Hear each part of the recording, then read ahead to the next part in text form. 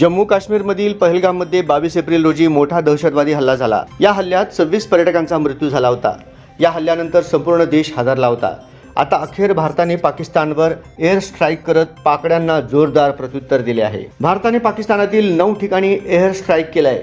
या हल्ल्यात भारताने पाकिस्तानातील अनेक दहशतवादी तळांना उद्ध्वस्त करण्यात आले आहे। भारताकडून करण्यात आलेल्या या एअर स्ट्राईकला ऑपरेशन सिंदूर असे नाव देण्यात आले आहे। आता यावर विविध राजकीय नेत्यांच्या प्रतिक्रिया समोर येत आहेत। नुकतंच राष्ट्रवादीचे ज्येष्ठ नेते शरद पवार यांनी ट्विट करत भारतीय सैन्य दलाचे कौतुक केले आहे। आपल्या छातीवर गोळ्या झेलून भारताच्या सार्वभौमत्वाचे रक्षण करणाऱ्या भारतीय सैन्य दलावर प्रत्येक भारतीयाचा पूर्ण विश्वास आहे। आज तोच विश्वास सार्थ ठरवत भारतीय हवाई दलाने मध्यरात्री 1:30च्या सुमारास अतिरेक्यांच्या 9 ठिकाणांवर यशस्वी एअर स्ट्राईक करून पहलगाममधील दहशतवादी हल्ल्याचा बदला घेतलाय। या कारवाईत पाकिस्तानी नागरिक किंवा पाक लष्कराच्या कोणत्याही ठिकाणाला धक्का न लावता अतिरेक्यांच्या 9 लक्ष्यांवर अचूक आणि नियोजित हल्ला करण्यात आला। भारतीय सैन्याच्या या